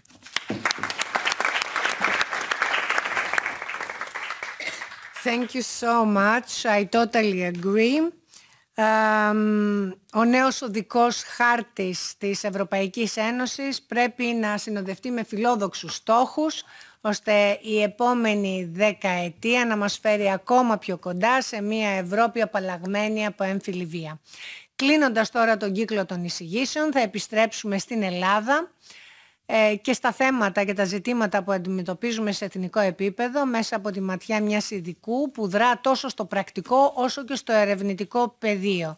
Είναι μαζί μας η κυρία Κική Πετρουλάκη, πρόεδρος του Ευρωπαϊκού Δικτύου, του Διοικητικού Συμβουλίου του Ευρωπαϊκού Δικτύου κατά της βίας, European Anti-Violence Network. Είναι μια οργάνωση με έδρα την Αθήνα. Από το 1990 υλοποιεί ευρωπαϊκά προγράμματα, έρευνες και δράσεις ενημέρωσης για την πρόληψη της έμφυλης βίας, ενώ παράλληλα παρέχει υποστήριξη σε θύματα ενδοοικογενειακής βίας και στα παιδιά τους. Η κυρία Πετρουλάκη είναι ψυχολόγος στο επάγγελμα, έχει αφιερώσει την καριέρα της για την αντιμετώπιση της βίας κατά των γυναικών. Είναι, θα έλεγα, από τους ανθρώπους που γνωρίζουν από πρώτο χέρι τις παθογένειες αλλά και τις λύσεις που μπορούμε να εφαρμόσουμε. Κυρία Πετρουλάκη, σας ευχαριστώ πολύ. Έχετε 15 λεπτά στη διάθεσή σας. Καλησπέρα. Σας ευχαριστώ και εγώ για την πρόσκληση. Είναι χαρά μου να είμαι μέρος αυτού του τραπεζιού με τόσο σημαντικές ομιλήτριες. Και θα ξεκινήσω με το ερώτημα το οποίο και εμένα μου το θέτουν συχνά και δεν μπορώ να το απαντήσω εύκολα, δεν μπορώ καθόλου, ομολογώ, το οποίο είναι: δικαιούται ένα κράτος μέλος που ενσωματώνει στο εθνικό του δίκαιο τις οδηγίες, που κυρώνει τις συμβάσεις ή λέει ότι το κάνει, μετά να τις παραβιάζει με νόμο ή απλώς να μην τις εφαρμόζει ή απλώς να υπόσχεται ότι θα τις εφαρμόσει στο μέλλον όταν θα βγάλει μία κοινή υπουργική απόφαση και εντωμεταξύ να αφήνει τα θύματα απροστάτευτα ή να τα κακοποιεί δευτερογενώς από το σύστημα και τον τρόπο που δουλεύει εννοώ. Και όταν αυτό συμβαίνει, τι συνέπειες υπάρχουν? Όταν δηλαδή δεν εφαρμόζουμε τις οδηγίες και τις συμβάσεις. Και το ερώτημα δεν είναι ρητορικό, γιατί αν η απάντηση είναι ότι η Επιτροπή θα κινήσει διαδικασίες επί παραβάση, θα τιμωρήσει τη χώρα και θα της επιβάλλει χρηματικές κυρώσεις, τις οποίες θα πληρώσουν οι πολίτες φυσικά, νομίζω ότι αυτό δεν πρόκειται να συμμορφώσει μια χώρα και οπωσδήποτε δεν πρόκειται να προστατεύσει γυναίκες και παιδιά. Οπότε αυτό που επέλεξα σήμερα να παρουσιάσω είναι το παράδειγμα της Ελλάδας για το πώς το κάνει αυτό και το πώς αποτελεσματικά το κάνει. Στην πραγματικότητα στη χώρα μας θα μιλήσω μόνο για την ενδοοικογενειακή βία, παρά το γεγονός ότι στην προστασία και την υποστήριξη των θυμάτων σεξουαλικής βίας και στην νομοθέτηση έχουμε πολύ σοβαρά προβλήματα, αλλά θέλω να παρουσιάσω όσα περισσότερα προλάβω για την ενδοοικογενειακή που έχουμε πολύ σοβαρά προβλήματα. Στην Ελλάδα λοιπόν έγινε ποινικό αδίκημα το 2006, στα αλήθεια το 2007, με τον νόμο 3.500. Και αυτό το νόμο, ο οποίος συμπεριλαμβάνει μέσα ένα μεγάλο κομμάτι ποινικής διαμεσολάβησης, το οποίο θα αναφερθώ αργότερα, δεν τον επικαιροποιήσαμε ποτέ για 17 χρόνια. Το μόνο που κάναμε ήταν ότι κάποια στιγμή, τον Ιούλιο του 19, βγάλαμε από αυτό το νόμο ορισμένα από τα δικήματα, ή στα αλήθεια μπορούσαμε να τα διώξουμε είτε με τον ποινικό κώδικα, είτε με τον νόμο περί ενδοοικογενειακής βίας, τη σωματική βλάβη, την παράνομη βία και την ενδοοικογενειακή απειλή. Οπότε στα χρόνια από το 19 μέχρι το 24, 5 χρόνια περίπου, ένα κομμάτι της ενδοοικογενειακής βίας έχει καταγραφεί και δεν έχει μετρηθεί ως απλή παραβίαση του ποινικού κώδικα. Αυτό το διορθώσανε μετά από συστάσεις της Γκρέβιο στην Ελλάδα και είναι το μόνο που διόρθωσαν από τις συστάσεις της Γκρέβιο.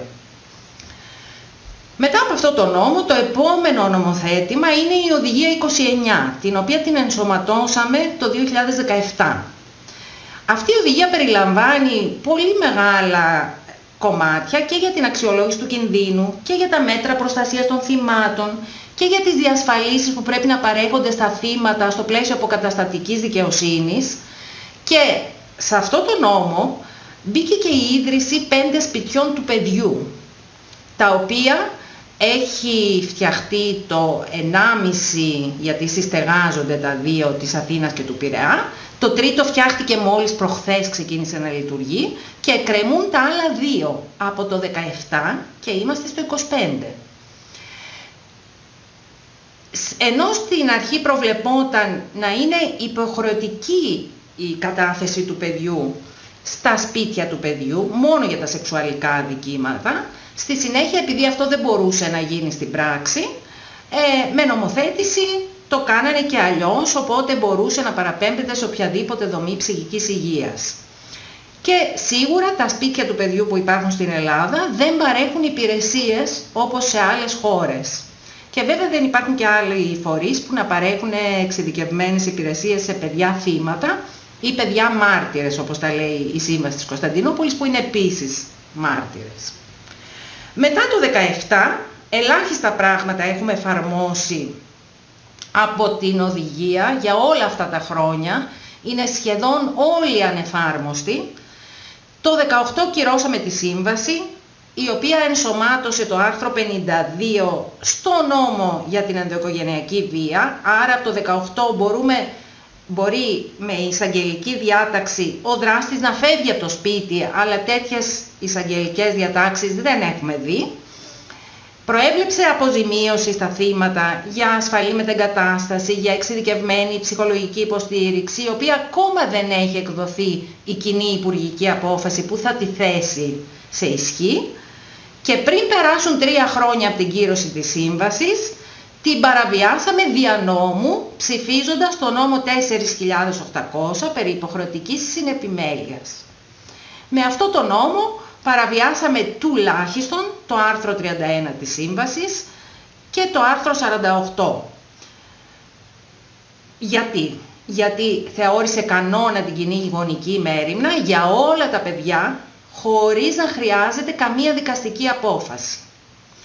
Έδωσε ως τεκμήριο μαχητό το 1/3 του χρόνου του παιδιού στο γονέα που δεν διαμένει με το παιδί και εισήγαγε στο ελληνικό δικαστικό σύστημα τον όρο γονεϊκή αποξένωση. Και εξαιτίας της μεγάλης αντίδρασης από τις γυναικείες οργανώσεις και τους φορείς σαν το δικό μας, απλώς το μετονόμασε μετά σε διάρρηξη των σχέσεων. Έβαλε πληθώρα υποχρεωτικών διαμεσολαβήσεων για κάθε μηδαμινό ζήτημα και επιπλέον έδωσε αναδρομική ισχύ στις διατάξεις τους και υποχρεωτική κατάρτιση δικαστών. Και η κατάρτιση αυτή των δικαστών που περιέργως έγινε, εκπαίδευσε δικαστές και δικάστριες για το πόσο μεγάλα είναι τα ποσοστά των ψευδών καταγγελιών της ενδοοικογενειακής βίας και στη γονεϊκή αποξένωση. Δηλαδή, πώς να διακρίνουν πότε υπάρχει γονεϊκή αποξένωση και άρα η καταγγελία είναι ψευδής. Το Νοέμβριο του 2023 η Γκρέβιο αξιολόγησε την εφαρμογή της σύμβασης και η αλήθεια είναι ότι η έκθεσή της θα μπορούσε να είναι το εθνικό σχέδιο δράσης μας. Επομένως, μετά από μερικούς μήνες που έγινε η πρώτη τροποποίηση του νόμου 3.500 για την ενδοοικογενειακή βία, εμείς ελπίζαμε ότι εκεί θα δούμε κάποιες από τις συστάσεις της Γκρέβιο. Στα αλήθεια όμως, επικέντρωσε να επεκτείνει την ποινική διαμεσολάβηση, την οποία την έδωσε και σε αστυνομικούς να την διεξαγάγουν, το οποίο γινόταν έτσι κι αλλιώς στην πράξη, παρότι ο νόμος όριζε μόνο εισαγγελείς. Επειδή δεν υπήρχαν αρκετά προγράμματα για δράστες, προσθέσανε και την απεξάρτηση, δίνοντας έτσι το μήνυμα ότι η βία μπορεί να οφείλεται στην εξάρτηση του δράστη, όποιου είδους, και πρόσθεσαν και μια περίεργη τροποποίηση στο άρθρο που απαγόρευε τη σωματική βία στο πλαίσιο της ανατροφής των ανηλίκων, το οποίο θεωρούταν κακή άσκηση της γονικής μέριμνας. Πρόσθεσαν και την ψυχολογική βία ως λόγο για να αφαιρεθεί η γονική μέριμνα από ένα γονιό, χωρίς να ορίσουν τι εννοούν ψυχολογική βία. Και φυσικά όλες φανταστήκαμε ότι αυτό το πηγαίνουν για να ποινικοποιήσουν τη γονική αποξένωση, που το λόμπι της συνεπιμέλειας τη διεκδικεί με στεναρότητα, το οποίο επιβεβαιώθηκε πράγματι την επόμενη φορά που κάνανε νέα τροποποίηση, δεύτερη τροποποίηση μέσα σε ούτε ένα χρόνο, το Ιανουάριο του 2025, όπου εκεί εγγράφως στην έκθεση της διαβούλευσης μας είπε το Υπουργείο Δικαιοσύνης ότι δεν έκρινε σκόπιμο να προβλέψει ειδικό αξιόπινο για το αδίκημα της γονεϊκής αποξένωσης, διότι καλύπτεται ήδη από το νόμο μας και τους είπε και με ποια άρθρα μπορούν να το καταγγείλουν. Επομένως εκεί λύθηκε το μυστήριο. Σε αυτή την τελευταία τροποποίηση, λυπάμαι που το λέω, η χώρα μου προσποιήθηκε ότι ενσωματώνει την οδηγία 1385 του 2024. Και στις διαμαρτυρίες μας ότι αυτό που κάνει δεν είναι ενσωμάτωση, η απάντηση ήταν το υπόλοιπο θα το κάνει ένα άλλο Υπουργείο. Επομένως, αυτή τη στιγμή βρισκόμαστε σε μια χώρα όπου έχει υποχρεωτική συνεπιμέλεια για όλα τα παιδιά και αυτό το ονομάζει ότι είναι το βέλτιστο συμφέρον του παιδιού. Να έχει στη ζωή του δύο γονείς και μάλιστα μας λένε ότι αυτό είναι υποχρέωση και όχι δικαίωμα των γονέων, αλλά φυσικά αφού είναι υποχρέωση δεν μπορείς να την απαιτήσεις, γιατί αν εξαναγκάσεις τον γονέα στην επικοινωνία δεν είναι καλό για το παιδί και σωστά. Το 1/3 του χρόνου το δικαιούται ο γονέας χωρίς να κάνει οτιδήποτε δικαστικά μιλώντας, εκτός κι αν μας ζητήσει μικρότερο χρόνο. Το παιδί όμως και η μητέρα του, που μπορεί και να κακοποιούνται και οι δύο ή το ένα από τα δύο άτομα, δεν μπορεί να ζητήσει μικρότερο χρόνο, δεν μπορεί να αρνηθεί να έχει επαφή. Η μετοίκηση απαγορεύεται για τη μητέρα και το παιδί του, αλλά ο άλλος γονιός που δεν ζει μαζί με το παιδί μπορεί να πάει όπου θέλει και να έχει δικαιώματα επίσκεψης, αλλά να μην τα ασκεί. Οι δικαστές και οι δικάστριες βλέπουν παιδιά, μιλούν μαζί τους, δεν υπάρχει καμία καταγραφή γι' αυτό και μετά συμπεραίνουν εάν το παιδί ήταν υποβόλιμο και αν η μητέρα είναι αποξενότρια και μπορεί να αφαιρέσουν και τη γονική μέριμνα από τη μητέρα και να τη δώσουν στον καταγγελόμενο. Αυτό υπάρχει σε αποφάσεις πλέον δικαστικές. Οι πραγματογνώμονες πληθαίνουν όλο και περισσότερο. Γιατί δεν έχουμε σύστημα προστασίας παιδιών και επομένως οτιδήποτε ο εισαγγελέας δυσκολεύεται να πει ότι αυτό το αποφασίζω μόνη μου ή μόνος μου, το αναθέτει σε ένα πραγματογνώμονα. Επειδή και τα σπίτια του παιδιού δεν υπάρχουν παντού, το είπα πριν. Η εγγραφή στη λίστα πραγματογνωμόνων δεν έχει κανένα κριτήριο παρά τα πτυχία τους. Επομένως, υπάρχει μια μεγάλη μερίδα που δεν μπορεί να το κάνει αυτό και δεν θα αποφύγει να διατυπώσει άποψη. Υπάρχουν άλλοι που ισχυρίζονται ότι μπορούν να διαγνώσουν τα υποβόλιμα παιδιά και τις αποξυνότριες μητέρες και το κάνουν και ελάχιστοι έχουν πράγματι τις δεξιότητες. Και Και εδώ έχει αρχίσει και εμφανίζεται και ένα φαινόμενο SLAP, όπου καταγγέλλονται και τα άτομα που κατήγγυλαν και οι μητέρες και οι επαγγελματίες που τόλμησαν να δώσουν οποιαδήποτε βεβαίωση. Σε αυτές τις πραγματογνωμοσύνες μπορεί να μην υπάρχει καμία βιντεοσκόπηση, καμία ηχογράφηση, μπορεί τα παιδιά να υποβληθούν σε 7, σε 8, σε 10 και επιπλέον στην τελευταία τροποποίηση του νόμου μας είπαν ότι θα το κάνουν και οι αστυνομικοί αν έχουν πτυχίο ψυχολόγου ή ψυχιάτρου, χωρίς καμία εξειδίκευση για να μπορούν να το κάνουν αυτό. Φανταστείτε λοιπόν την κατάσταση. Μία μητέρα πηγαίνει και υποβάλλει μήνυση για ενδοοικογενειακή βία, είτε εναντίον της, είτε εναντίον του παιδιού, είτε εναντίον και των δύο.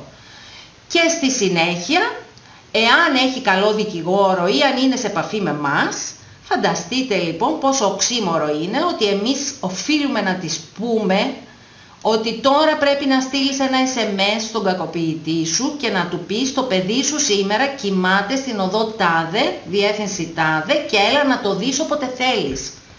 Αν δεν το κάνει θα πρέπει να αντιμετωπίσει τις μηνύσεις για αρπαγή ανηλίκου, για έκθεση σε κίνδυνο, για ψευδή καταμήνυση και τις προσωρινές διαταγές, τα ασφαλιστικά μέτρα και τις αγωγές του, όπου θα την κατηγορεί ότι είναι αποξενότρια και θα ζητάει από τη συνεπιμέλεια του παιδιού έως και την αφαίρεση της γονικής μέριμνας.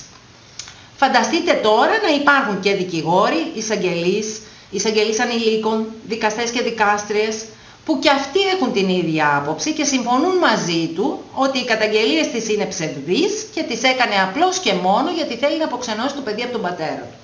Και αυτό μην το θεωρήσετε υπερβολή, διότι προχθές έγινε μία εκδήλωση στο Δικηγορικό Σύλλογο Αθηνών, που η μισή εκδήλωση μιλούσε για τη γονεϊκή αποξένωση και τις ψευδείς καταγγελίες και πώς αυτό είναι ένα υπαρκτό φαινόμενο παρά τις συστάσεις της αυστηρές της Γκρέβιο, που έχει κάνει 2 κατεπίγουσες και 1 επίγουσα για τη χώρα μας. Στη συνέχεια δεν φτάνει μόνο αυτό. Αυτή η γυναίκα πρέπει να ξέρει ότι οφείλει να διευκολύνει και να προωθεί την επικοινωνία του παιδιού της με τον άλλο γονέα, με τον οποίο δεν διαμένει, σε τακτή χρονική βάση, αλλά και να υποχρεώσει το παιδί της, ακόμη και αν αυτό αρνείται στεναρά και φοβάται τον άλλο γονιό, να έχει διαζώσει επικοινωνία με το βίο γονέα. Και να το έχει αυτό σε μίνιμουμ το 1/3 του συνολικού χρόνου, ακόμη και αν ο γονέας ο άλλος δεν έχει διεκδικήσει τίποτα νομικά και δεν οφείλει ούτε διατροφή να πληρώνει ούτε τίποτα. Αν δεν τα κάνει όλα αυτά ή αν θεωρήσει το δικαστήριο ότι δεν τα έκανε, κινδυνεύει να της αφαιρεθεί ακόμη και η γονική μέριμνα του παιδιού της.